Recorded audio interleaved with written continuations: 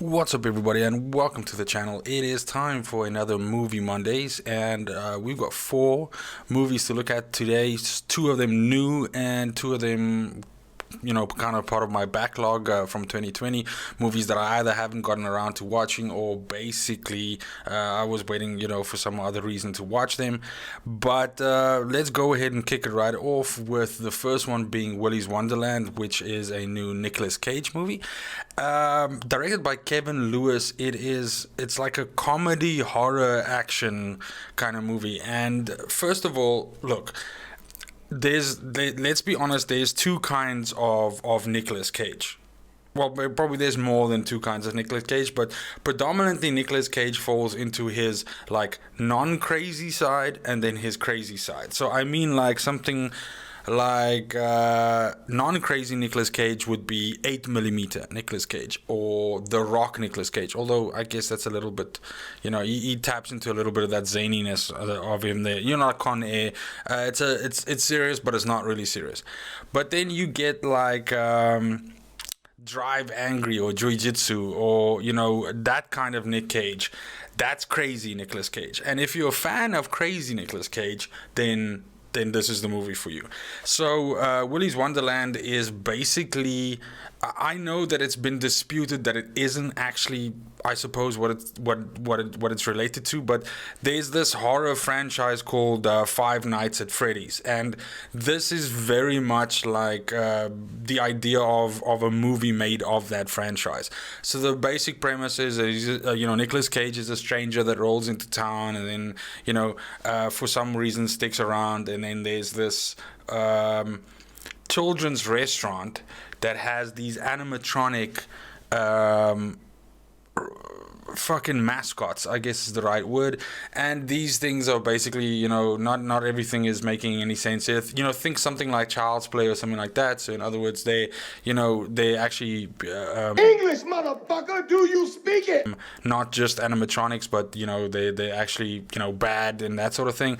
And I'm just gonna leave it at that because that's basically how it develops. But look, it's by no means a fucking serious movie or anything like that. And again, like I said, for a fact, if you do not enjoy some of Nicolas Cage's most recent, kind of weird, genres that he's been tapping into, something like Mandy or Color Out of Space or something like that, then definitely, I would say stick away from this. Don't watch this at all, because I promise you won't like it. But if you want to experiment a little bit, and you were a fan of Mandy, you were a fan of Color Out of Space, not to say that this movie is as good as those 2 were, because in my opinion they're not, but then I'd say give this a try and see what it's like. But either which way, I will give this a thumbs up, and simply because of the fact that I do like this fucking weird zany thing that Nicolas Cage is able to do when he just goes completely off the rails, and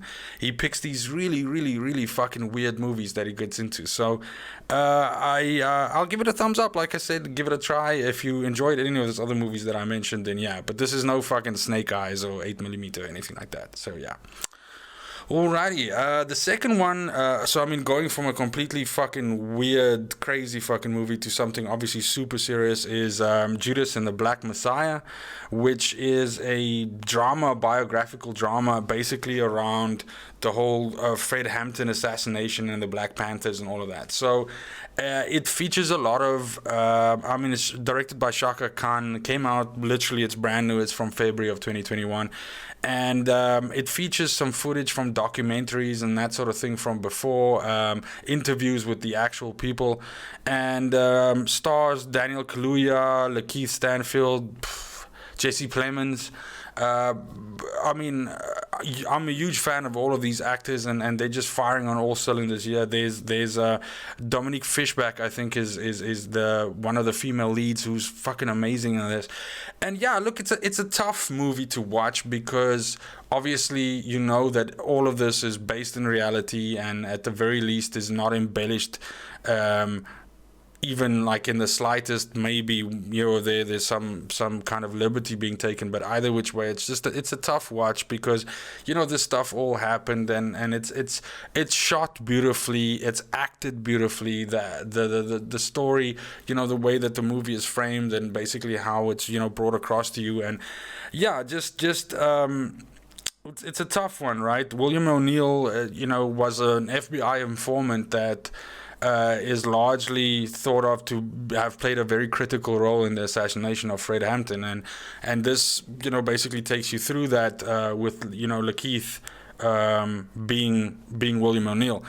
And it's if you have any interest in that sort of you know, story and just the history behind it, because like I said again, this is no work of fiction or anything like that, and it's very factual, and it treats, in my opinion, I think it treats the material and the story with respect and the reverence that's needed for something like that. You know, it's not making light of any of it, anything like that. It is a very fucking serious movie. And again, because it's acted so beautifully, because these actors are all fucking, you know, bringing, you know, their best to the table, there's really just, I can't fault it for anything. Again, like I said, it's a tough movie to watch, but just because of the source material, right? But other than that, in terms of a movie, it succeeds on everything that it's trying to do, and it's entertaining to watch as a movie. But yes, the material is obviously quite serious and harrowing in certain ways. But either which way, this definitely gets a fucking thumbs up for me, you know, without a shadow of a doubt. Watch this when you can. It's really well done, and just, you know, good effort. But anyway, that's it. Then going from that to something I would say a little bit, you know, less serious, obviously, is a movie by the name of VFW. And it's a horror thriller from 2020. I think it came out February of 2020. So it's been around for a while, basically a year already. It is a movie that it's basically these old war veterans that they go to this VFW, you know, VFW post, which is essentially a bar, and they, you know, they drink there, and they all, you know, regale each other with their old stories, everything like that. And then, you know, someone shows up there that they eventually have to end up protecting and all of that, and that's basically where it comes from. So that's where the horror, thriller, action kind of, you know, angle from it comes from. It's not an incredibly serious movie, and obviously it's a work of fiction. It stars Stephen Lang, Fred Williamson, William Sadler, Martin Cove from The Karate Kid. So a lot of these old actors from like the 80s, 90s, you know, something like that, who were massive. And I am a huge fucking fan of Stephen Lang. So it was good seeing him in this. It's look, this isn't going to be winning any awards or anything like that, and it's very campy.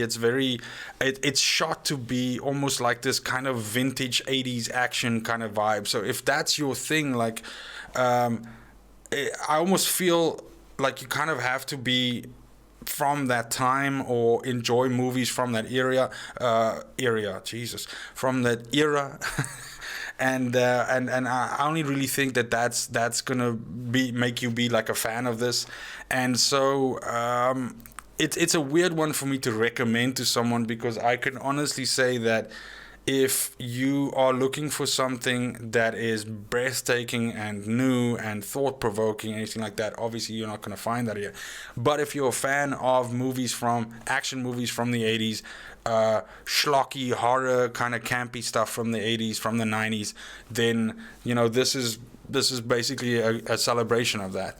The fucking movie, the soundtrack, you know, all of that. It's just very fucking campy and very old school horror kind of vibe, everything like that. Not necessarily scary, anything like that. The horror really comes more from a gore perspective, so it's not really gonna be like a Fright Night feature, anything like that. But I do believe that this has got a little bit of a cult following, and I have seen some other people that have been reviewing this and actually found it, you know, they enjoyed it quite a lot, which was one of the reasons that actually got me onto it in the first place.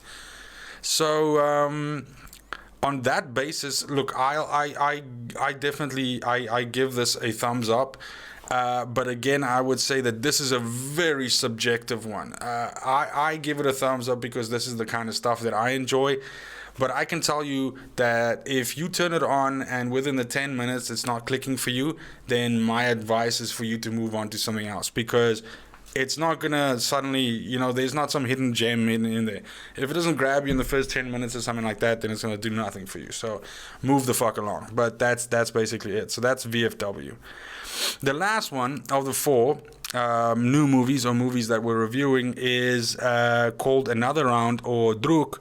I fucking hope I'm pronouncing that correctly, but a Danish film. It's a comedy drama starring Matt Mikkelsen, and it's directed by Thomas Vinterberg and came out also last year in 2020, and was shown at the Cannes Film Festival and things like that.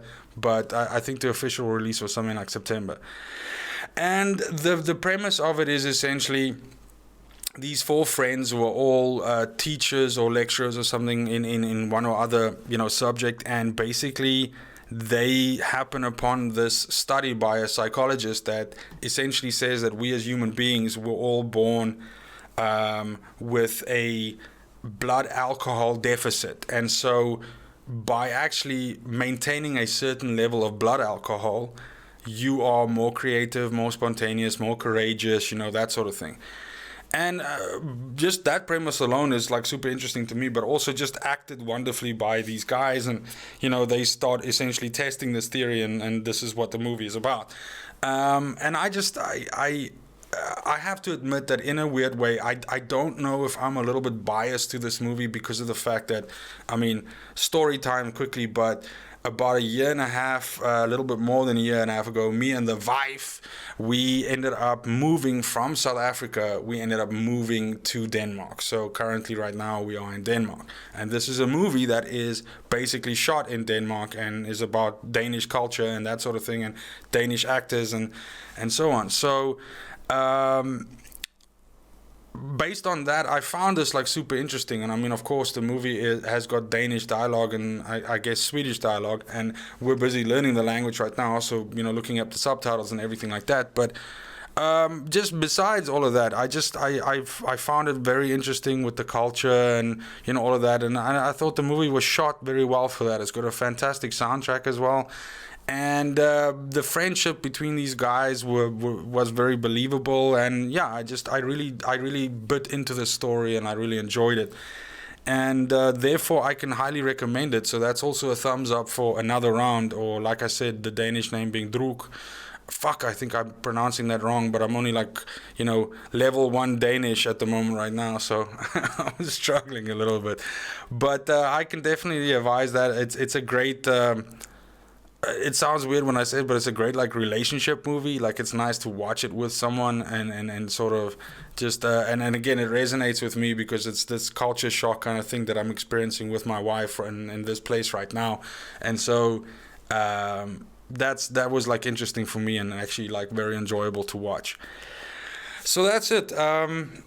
Completely different to what we had the previous week, where I believe there was a bunch of thumbs down. There's actually 4 thumbs up for all 4 of these movies, but obviously for very different reasons. Some of them being more a thumbs up of I'm definitely sure that most people will like this movie, and then some of them being a little bit more subjective, VFW, for instance. Now, something which I started last week with the movie Mondayz, review or episode or something like that, is that I started talking about movies that I enjoy, classics that I consider movies that I keep returning to, or that I recommend to people if I ever hear that they haven't watched them, or that stuff that I've just seen a hell of a lot of times and that I don't actually mind. So even if I run into someone and I go you haven't fucking seen this, I have no problem whatsoever putting it on and actually watching it with them. And I believe those movies are rare. Everybody has a certain threshold for having watched something, God, I'm not gonna watch that fucking shit again. But I really do feel the movies that I'm suggesting in this part of the video, which I call the classics, are like that for me. And so this week, the movie that I would like to fucking bring to you is called The Judge, and it's a legal drama by David Dobkin, I think. Yeah, David Dobkin in 2014 it came out, and it's Robert Downey Jr., it's Robert Duvall. This thing is fucking stacked with good actors. Vincent D'Onofrio, Vera Farmiga, Jeremy Strong is in it. The criminally under fucking rated Jeremy Strong. He's fucking lovely. He's in it. Billy Bob fucking Thornton is in it. Dak Shepard. So this thing is just stacked with really good actors and everything. And basically, if there's any fucking chance that you haven't seen this yet, I don't want to give away from it too much, but basically Robert Downey Jr. is Robert Duvall's son.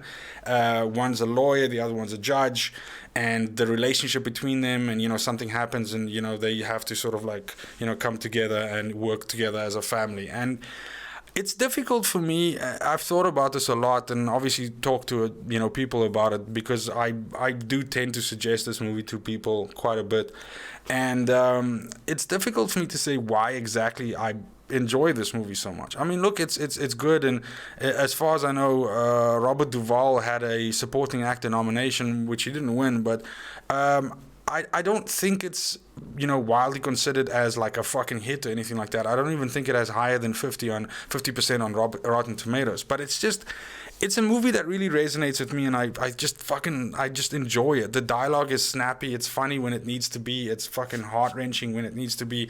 I mean, it's a fucking drama that is not too soppy and everything like that. And yeah, there are some cliches to it and so on, but it's really well fucking acted, and I mean, you've got some pedigree fucking actors and actresses in there, so it's really you're just getting the best from anybody. Nobody's fucking phoning it in. Nobody's just showing up for a paycheck. It's just really, really, really well put together.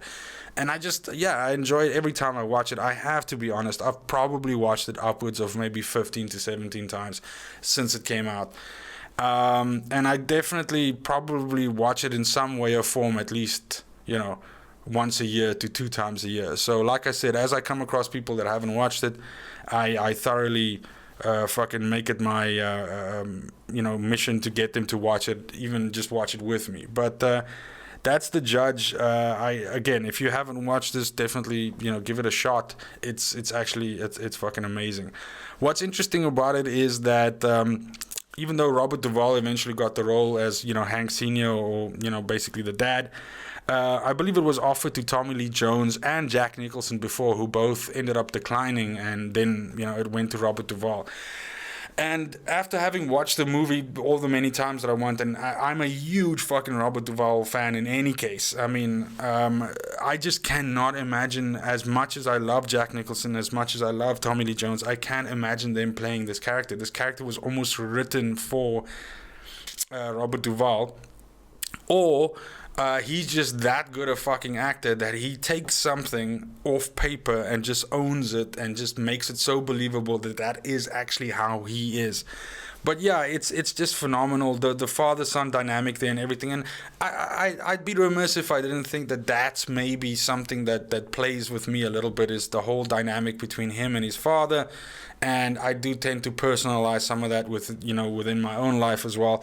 And yeah, it's just, I think that's what movies are supposed to do for them to be considered classics, and, you know, for you to love them, is they need to touch you in that way, and this definitely does that. It's also the time that it came out was obviously in the heyday of fucking Iron Man and Robert Downey Jr. being Iron Man. So the last other Iron Man role that he did before this was Due Date.